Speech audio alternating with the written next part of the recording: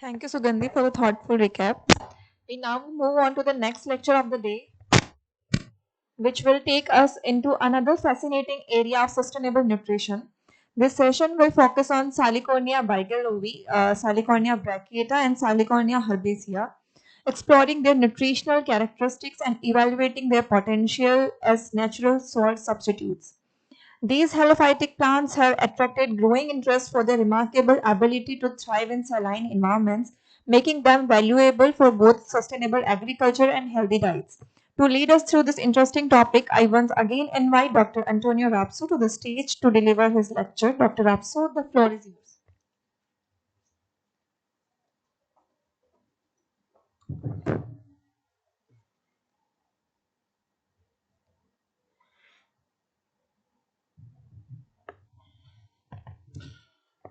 Hello again. Let's start this second session of our day with this I think interesting topic. And what I've searched, I found that some of these species of Salicornia, I believe you are familiarized with them. We have here in India, and that is this particular species, Salicornia brachiata. I think I don't know. You may tell me, but you are familiarized with this herb. Maybe more than me and my fellows in Portugal, because just some few years ago we started to see in our markets the inclusion of these herbs. And why we are now trying to introduce this as the diets of people. The reason is easy to understand. They can serve as salt substitute, and as we have already talked in other sessions, have the habit of consuming a lot of salt, adding salt to the foods.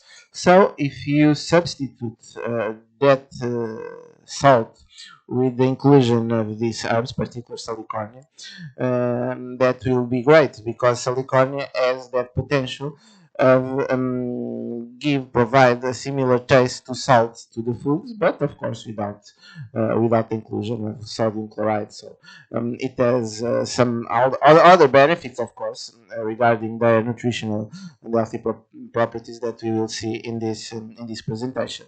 So all around the world, Salicornia subspecies naturally exist on saline islands and coastal locations, including salt ponds and salt marshes. Here we have some examples of different species. The first one was photographed in the U.S. coast, Windsor Lake in U.S., and is regarding the species of Salicornia bigelovii. And in the second image, the figure 2, we have the Salicornia brachiata. That is what I was mentioning. You have here in India this picture, this photograph was made in the region of Gujarat here in India. So I believe you are familiarized with it. And at third, you have this Salicornia herbacea, where we can find in France, where this picture was took out. So they feature among the most promising alophytes for commercial production because their wide-ranging resistance to climate and salinity conditions. It can be eaten fresh, fermented, cooked, dehydrated, or pickled as a seasoning, and since ancient times it has been extensively used in coastal regions of Asia, particularly as fermented food and seasoning. It is also employed in folk medicine to cure various ailments, including obesity, diabetes, constipation, and cancer. In addition to the hot cuisine, traditional cuisine is starting to show an interest in using it as a salt alternative, as we have mentioned a few moments ago, but presently comes in a powdered form. This Salicornia can be also works as a functional novel component for its significant nutritional value, including its mineral richness and fiber content.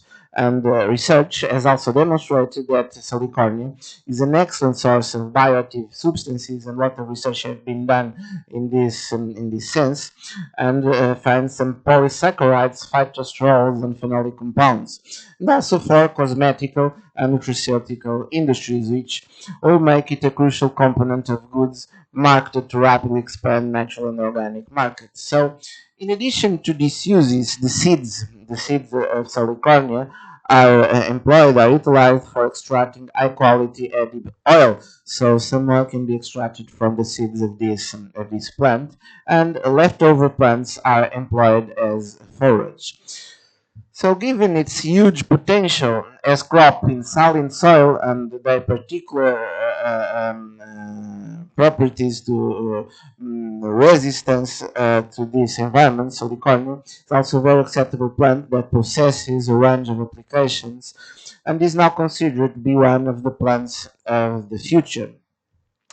And we have in this slideshow a summary of a lot of potential applications of Salicornia, not only as food and pharmacy, as special good source of flavonoids, mineral contents, and also vitamin A, carotenoids, retinol, but also, if you can see, as bioenergy to produce ethanol, and their oil extraction with solvents can extract oil for diverse utilization. We can use it also as aquaculture biofilter in the cosmetic industry. So some nanoparticles has been identified with very interesting antimicrobial effects. So a lot of potentials can be thinking and applications to the Salicornia plant. Regarding the nutritional profile and the health impacts we can relate to this plant, I'd like to mention this research work into the mechanism and effect of the species of Salicornia bigelovii that and on the Sprague Dolls rats. This study carried out in rats. Blood pressure revealed that this edible salt induces hypertension, while the Sprague Dolly rats didn't. So this Sprague Dolly rats as a salt substitute the protective effect on the liver and kidneys and can improve the body's antioxidant ability to protect the liver and kidneys from high salt intake damage and prevent hypertension. This is quite interesting. Here you have the common geographical location of these three Salicornia species and their health benefits identified in the studies. We have the Salicornia bigelovii collected from the lands of in Central and North America, USA, and Mexico, with the health benefits of protective effects against the cardiovascular diseases and hypertension. And you have this composition mainly of beta carotene and polyphenols, also sodium and chloride and potassium, some minerals. And you have the Salicornia herbacea from South Korea, also cultivated in South Korea, with the presence of tungtomatic acid and quercetin, which brings protective effects on diabetes, hepatitis, and gastroenteritis. And finally, the Salicornia brachiata you can find here in India, with high cysteine and methionine contents. With these amino acids, we could identify some antioxidant effects and immune booster. So, Salicornia species are also unique for having a salty taste. This is one of the main reasons because most of people that have the habit of consume sodium chloride, salt to add salt to the foods, they can think on substitute it for the Salicornia, the taste will be quite similar, and a smaller quantity of sodium. So, as well as the nutritional quality of fatty acids content, especially the polyunsaturated ones, in addition to all these benefits regarding their nutritional profile of minerals, vitamins, antioxidants, will enrich their nutritional profile and make Salicornia good options for making sour substitutes. So, apart of not intake sodium chloride, we have the similar taste and we will benefit from other bioactive components and other important and nutrients to the diet. And salicornia can be utilized as a functional food since it contains tabloids with bioactivities, as we have already mentioned. For example, this Salicornia brachiata plant possesses nutritional antioxidants, carboning activities, amino acids, flavonoids, essential fatty acids, and polyunsaturated fatty acids, making it a promising ideal plant that can be used as a functional food or as a dietary supplement in nutraceutical industries. These industries have already explored and are continuing to explore this possibility of making some kind of dietary supplements and nutraceuticals based on this siliconia. Here we have different ways of consuming cooked siliconia, and besides, of course, it can be eaten raw or as a green salad. We have the boiled in the top corner, in the right top corner, you can see boiled salicornia shoots mixed with cheese. So the employments to the food are diverse. We can use in pasta dishes, fish dishes. We can eat it as a salad. So different ways of consume this plant we can make, because we can use it as only as that function to give the salty taste to the food. If we think we use sodium or chloride sodium, you use it, at least in our perspective, in Western and European society, use it in everything, in soup, in fish, in meat, even in salads. We use the salt addition to give that salty taste that people like, that people enjoy. So, if we think we can also use this plant in all that dishes. So it is not strange to see some kind of examples of utilizations of this plant in preparations of meat, of food, of shellfish, in a salad, even in a soup. So are very diverse, and people may used to try it in very diverse dishes. Here you have the commercial cultivation of Salicornia. In the left image, you can see the outdoor cultivation, flatbed with gripe irrigation, and on the other side, in the right image, you can see the indoor cultivation with hydroponics. So it depends the conditions we have. Despite of being very resistant, but of course there are optimal conditions for the cultivation. We can have different ways of cultivate this plant. This is another image that I took from this article. We have here the reference, the health biological effects of salicornia. A lot of this investigation and research have been made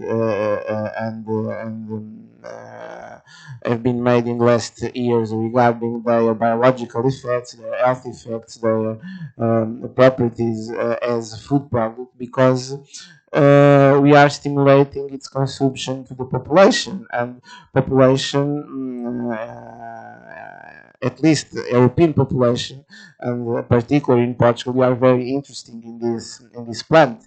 And one of the greatest challenge, I believe, it is their production, their mass production, because the price is not so accessible to all the people. That is one of the reasons why the consumption is not very high, at least in Portugal, is because the accessibility is not so easy. For example, compared with other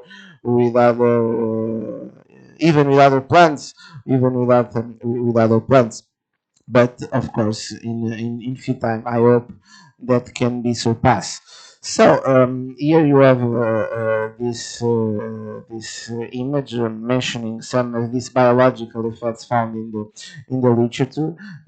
I can highlight the prevention and moderation of hypertension status. It is right the opposite that we find in the salt, in the addition of salt.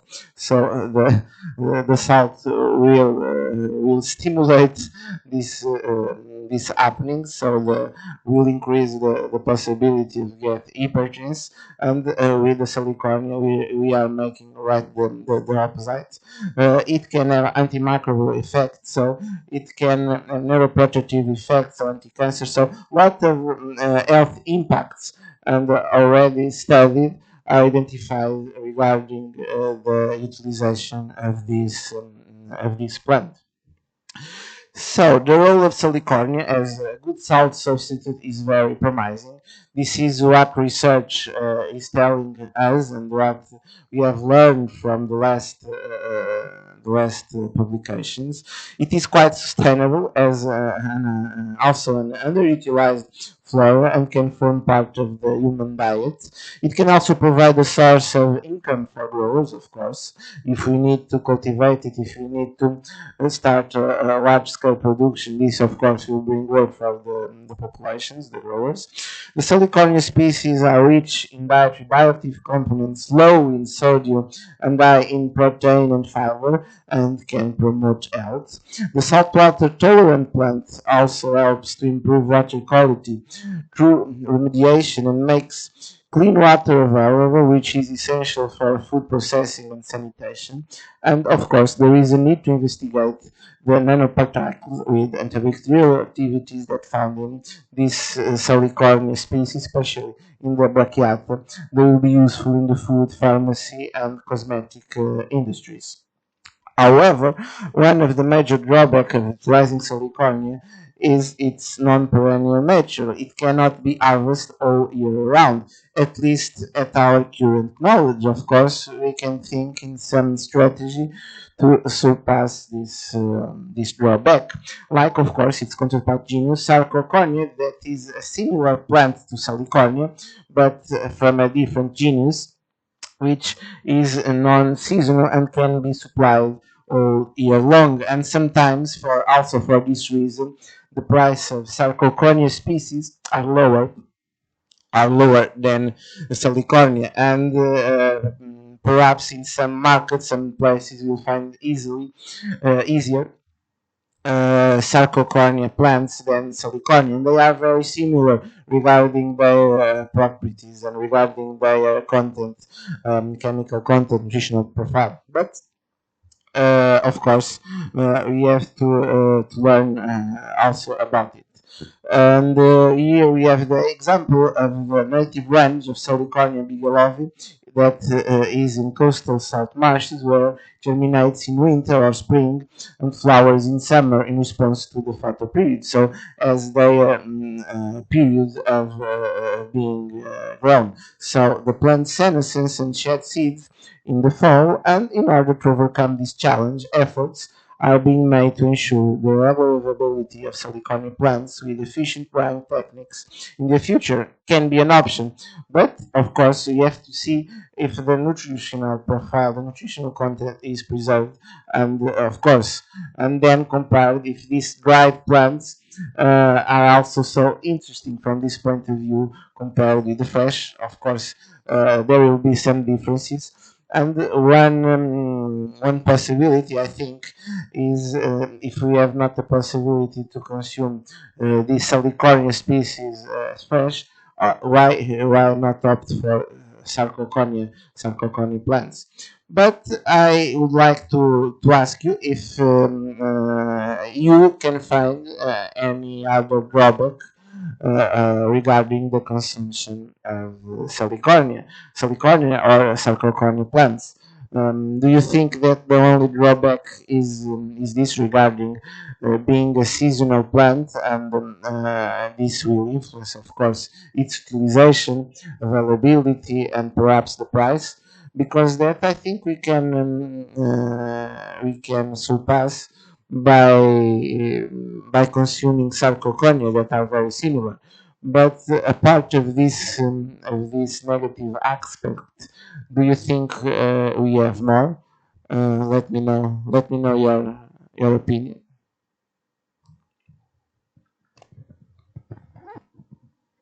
So, could I think because of its taste, like it is salty in nature, it cannot be consumed a lot Yes, that's true. because But of the flavor. more. I was thinking also in another issue.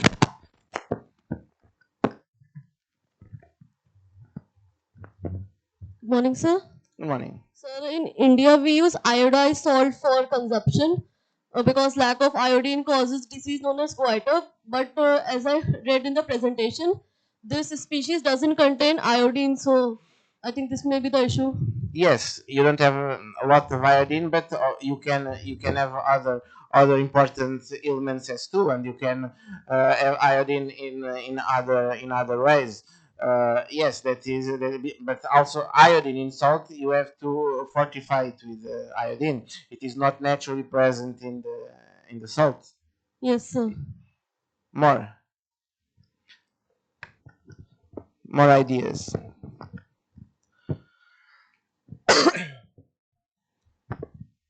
Good morning, sir. Good morning. Sir, in one of your slide, you mentioned that Salicornia does not induces hypertension, but Yes. salt does. So, sir, it is also having saline characteristics.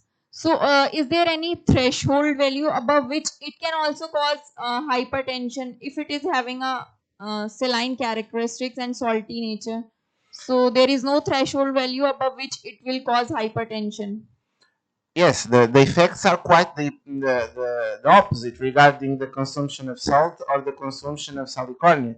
That is one of the major positive aspects because salt will induce hypertension, and salicornia we see in some research that it can has a protective role in not only hypertension but cardiovascular diseases, and that can be a positive aspect.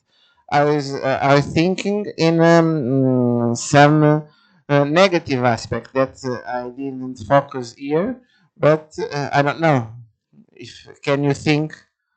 Like salt, we can take 5 grams, less than 5 grams per day. So, is there any threshold value for the consumption of Salicornia too, or not? No, that it's not established. Not mentioned. So, No. that it is also having saline characteristics. Would it not cause hypertension if there is no any threshold value that below this we have to consume it? No, it's not. It has to be established. It has to be studied, but Yes, it is not established because a limit for that. because if it is having saline characteristics, then somewhere it can be the possible reason for hypertension also, if we are consuming and we are not knowing that at what limit, at what threshold value we should use and have its Yes, uptake. yes. So that's what I was Yes, asking about. but another issue that I was not mentioned, if we think they are halophytes, and it will depend a lot of the soil where they will be cultivated, and regarding contamination, this is very important regarding food safety aspects, because in some cases, these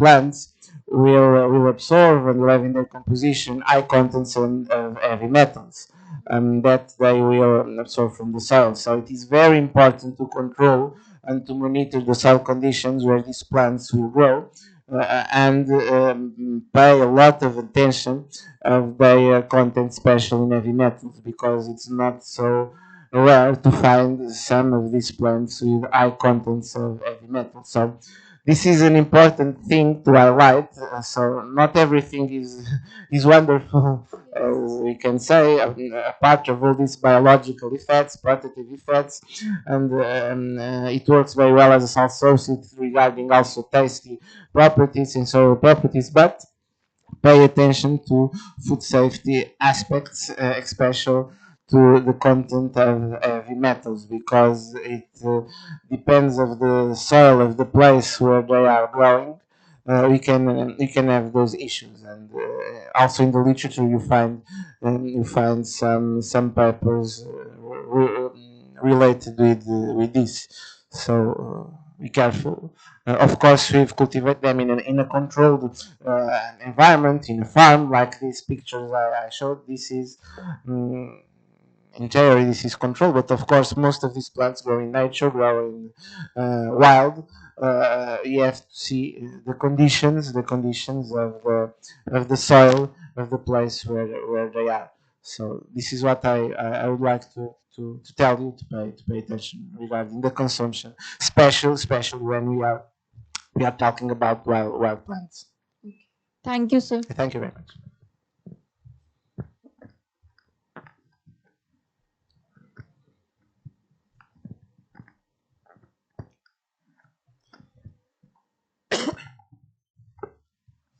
Good morning, sir. Good morning. Sir, how could genetic or biotechnological approaches help improve Salicornia yield and adaptability?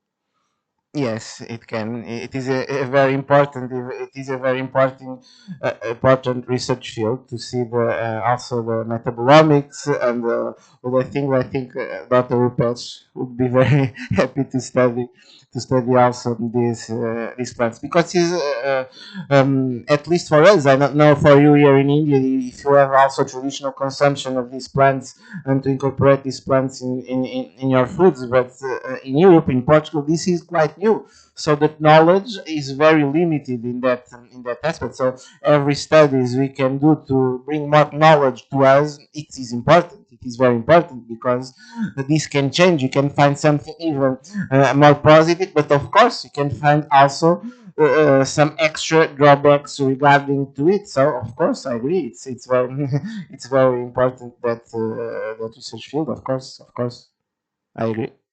Thank you, sir. Good afternoon, sir.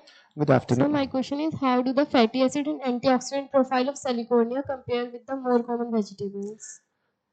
It will depend of of the vegetables, of course, but it is in the line with that.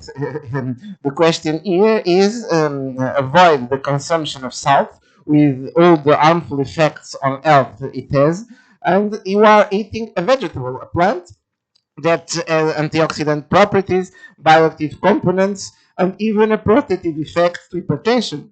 So that are a very stimulating reason to eat or try salicornia. And most of people who incorporated salicornia in their diets and their in traditional, even in traditional recipes, find that salty taste. So this is very important.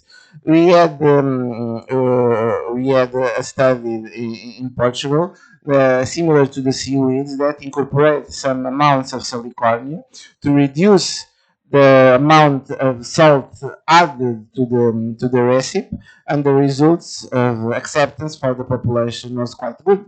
The problem here, at least in Portugal, we have is that when you go to the market, to the supermarket, you don't find so easily this plant. And the prices are quite high, quite expensive when compared with other herbs, with other more traditional plants. That is the main, another and important, of course, drawback of its utilization. It is its accessibility to the population. It is not so widespread as we wish, and of course how to face this problem to stimulate the cultivation, the production. I think that would be very important because I'm almost sure if we have this plant at similar price to other plants and available in the most of the supermarkets, people will buy. This is a very distinctive case compared with, for example, the insects. People will accept it for sure. Most of people, of course, not every people, but the most of the population will have no problems in incorporate this plant in their diets. Of course, they have to see it for sale, and of course, the price should be competitive comparing with other options. But we are on its way. Okay, sir. Thank you. Good morning, sir. Good morning. So, in your point of view, how Salicornia is different from the other halophytes? From the other? Halophytes, sir. Halophytes. No, the problem is just being there. The aliphates regarding the power to absorb what is in the soil where they grow, the contaminants. So, and the other aliphates here, what I study is mainly Salicornia and Sarcocornia, and they are very similar in their composition. The positive fact is that Sarcocornia we can have it almost all the year, and Salicornia is more seasonal plant. So, but regarding their utilization, they are quite similar. They are quite similar. Okay, sir. Thank you, sir. Thank you. Macro. Without macro, impossible. So then why are we not focusing on sarcopenia instead of focusing on salicornia? Salicornia is more studied.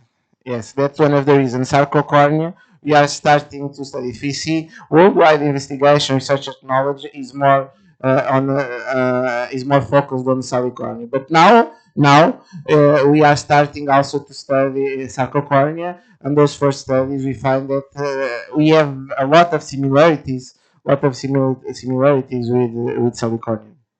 So if I understood it right, in the long term, in the future, if we were to do a marketing of this as a routine product, like we do it for stevia with respect to sugar, something like that. Yes. So then it would be better to focus on sarcopenia because it would be available throughout the year. Sorry, I didn't understand this last. If we were to do a marketing later and it has to become a routine product, To become a routine product. Yes, that will depend the support, the stimulation also from some entities, the governments, to make this large scale production and bring work for the people, create the conditions to farm, to cultivate these plants. And perhaps you can see that it is easier to produce large scale sarcocornia than salicornia.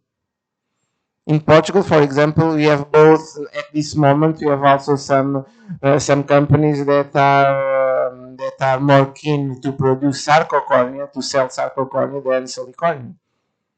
This is also on its way to see what is it is. It is a very quite new, even at least for us there in Portugal and for the industry. If we go to the supermarket, we don't see a lot of products, a lot of shops selling these plants. It is very quite new. We can say it's a new food like insects, like jellyfish, but it is a plant that there is no tradition, at least for us in Portugal, of utilization in the cuisine, in the as food. thank you. Thank you very much. Sir, in your opinion, which one is better? Sarcocornia or Salicornia? Very similar, very similar. Both are very For the similar. point of view, perhaps Sarcocornia we can find lower prices, and that is an important issue because from the point of view of taste, of course, the species will even Salicornia species. If you have a brachiata or if we have bigelovii species, it can vary, and the place where it is cultivated, this will vary of the taste of the power of the salty taste. This will vary can vary significantly. So we cannot say Salicornia or Sarcocornia because inside the genus of Salicornia we have differences, and also the same in Sarcocornia. But from the point of view nutritional content are similar. But of course, it depends the place where it's cultivated. This will affect all these aspects. But generally speaking, I can say I prefer this one or the other one. Okay, sir. Thank you so much, sir. The main goal is that to seasoning the dish and to give the salty taste that most of people are looking for, and to reduce or even to exclude the salty addition. So that is one of the main goals, and if a part of that you can find some extra nutritional interesting properties, healthy effects, so fantastic. So, as you said, there is no acceptance problem because it's a plant. So, can we replace salt from this species, like drying it, making it powder, and replace salt? Yes, but with the drying this, the salty taste will be lost almost. So one of our flags to consume Salicornia, Sarcocornia can be lost. So we prefer to stimulate its consumption as a fresh plant. We can dry, and some of nutritional, but that's the question again. We can preserve the nutritional components, the effects, but why people will adding or utilize that. If the main reason for people is I can not adding salt, that's great, but I have another thing that will give me a similar sensation of salt, because people like the salty taste. If I add something that doesn't make that, I will need to add something to make that happen. So, and if I add salt and salicornia, sarcocornia, whatever, it doesn't bring the effect that I want, that is salt substitution. We are thinking on this plant mainly, not only, but mainly as a potential salt substitute. So if it is like it loses its some characteristic after drying, then like what is the use? Because it's only available From the seasonally. point We of view can't of even sensorial preserve it. properties, of course, we can preserve the chemical characteristics, we can preserve some of them, but sensorily speaking, it will be different. Okay, thank you. That is the main point. When we analyze chemically the plant, perhaps there will not be significant changes. But for the people that are consuming, the changes will be significantly, because the organoleptic, the sensorial differences, yes, they will be notable. Uh, Sir, I have a question. Yes. You mentioned that Salicornia is being seen as a plant of the future. I was wondering what really gives it that edge over other halophytes, and is it more about its nutritional profile or its adaptability to harsh conditions? Well, I say that especially from my perspective and from our perspective in the research in Portugal, plant of the future. Because if we see hypertension, cardiovascular disease, and all the problems that become from the salt consumption, are the main causes of death. So if we can find something that avoid the salt utilization, and even give us some other benefits, some other health health impacts, that bring some health impacts, that will be fantastic. So we can talk about the plant of the future on that perspective. Just for excluding the salt addition, that is a very very great win for us. And if we can add some extra value from the point of view of nutrition, as you mentioned, the point of view of sensory attributes. So that is wonderful.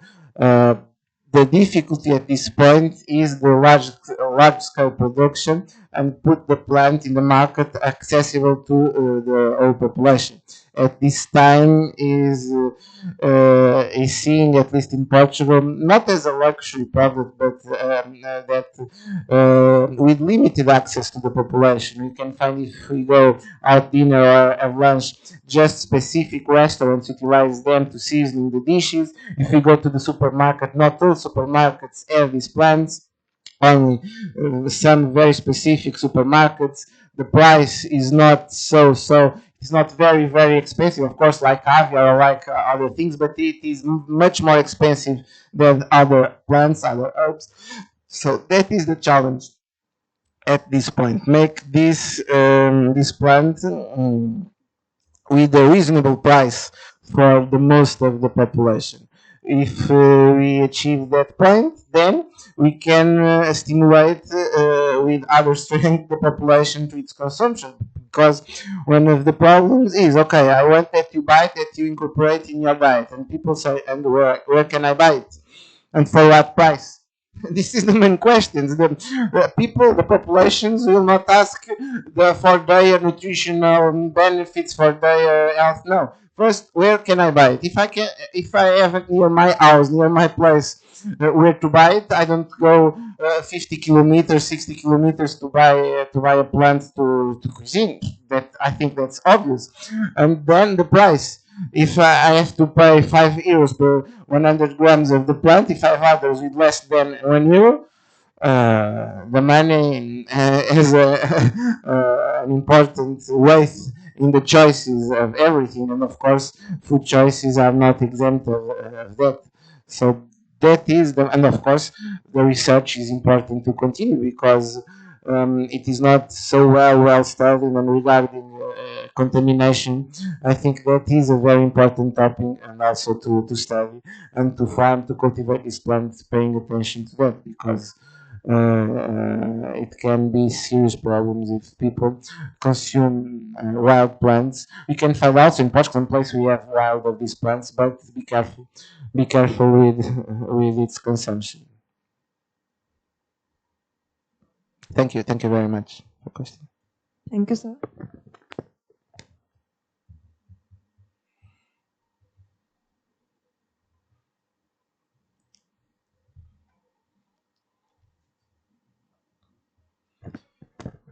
All right.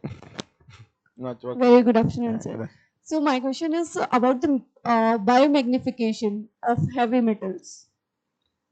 Yes. Magnification of heavy metals, like in which it will be more and why, like plant source, animal source, insect source. In these particular plants are the main issue, yes, because they are alophytes and they will absorb everything from the soil. So the contamination of heavy metals, we have to be very, very careful. That's why it's important to have these farms with controlled conditions to cultivate the plants, because the wild plants I don't recommend at all for people that don't know very well the soil conditions, the environment conditions where the plant is grown. The same for the insects. You can't go outside and catch an insect and then use it as food. Very important to follow the specification in the food legislation. Controlled farms with controlled conditions of their rearing, it is very, very, very important. And of course, some heavy metals can be found and are found. We will find also in the literature associated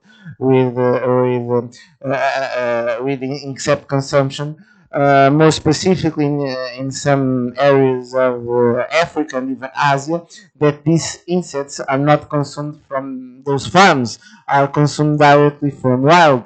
So yes, we can have that kind of problems, and you find in the literature some episodes of contamination of insect food base, and also these plants regarding its consumption. Yes, yes, it's a problem that we need to point out. When we are talking about this, we can't forget the food safety and contamination aspects, of course. So, sir, my question is like in general, if we talk about plant source, insect source, and animal source, which has more contamination of heavy metals? All of them can have. It depends the environment. It depends We are taking a wild case, like it's not grown in these controlled plants environment. particular have a very high contamination. Okay. Probability, yes. If you can talk generally, yes. These plants, yes. Okay. Thank you.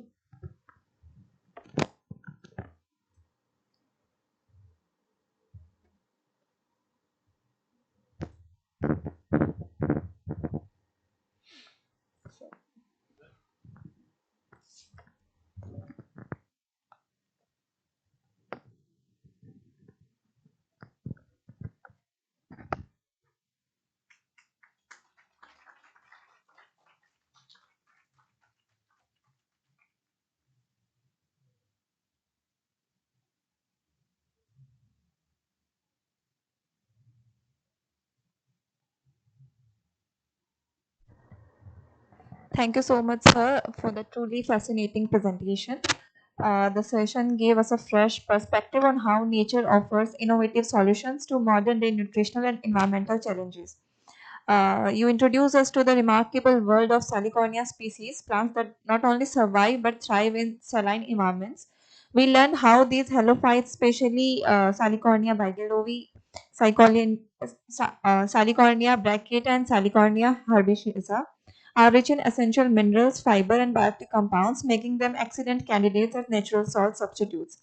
To highlight further, and to conclude the previous lecture, I would now like to invite Miss Ria on the stage.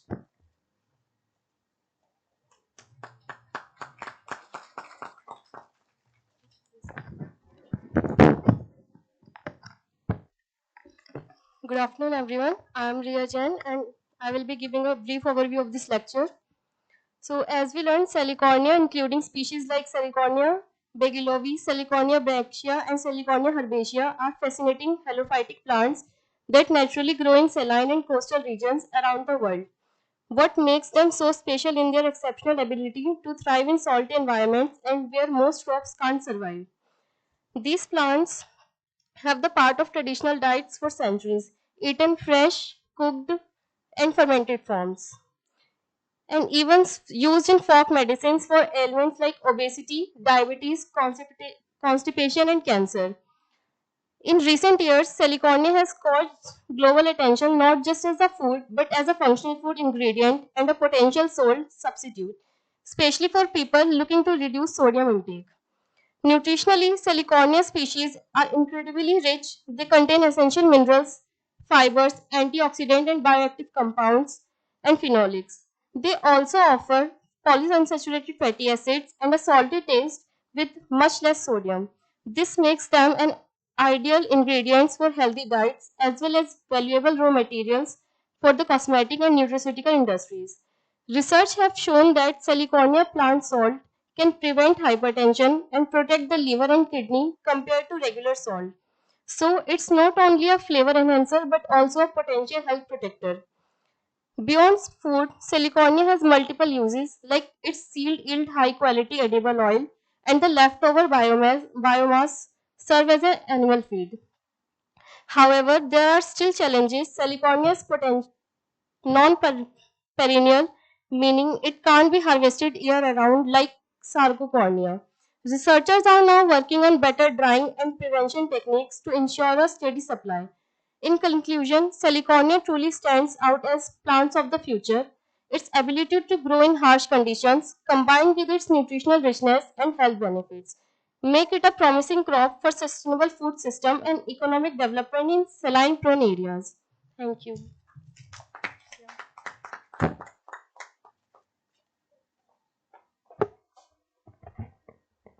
Thank you, Ria. I would once again thank Dr. Antonio Rapso for this wonderful lecture.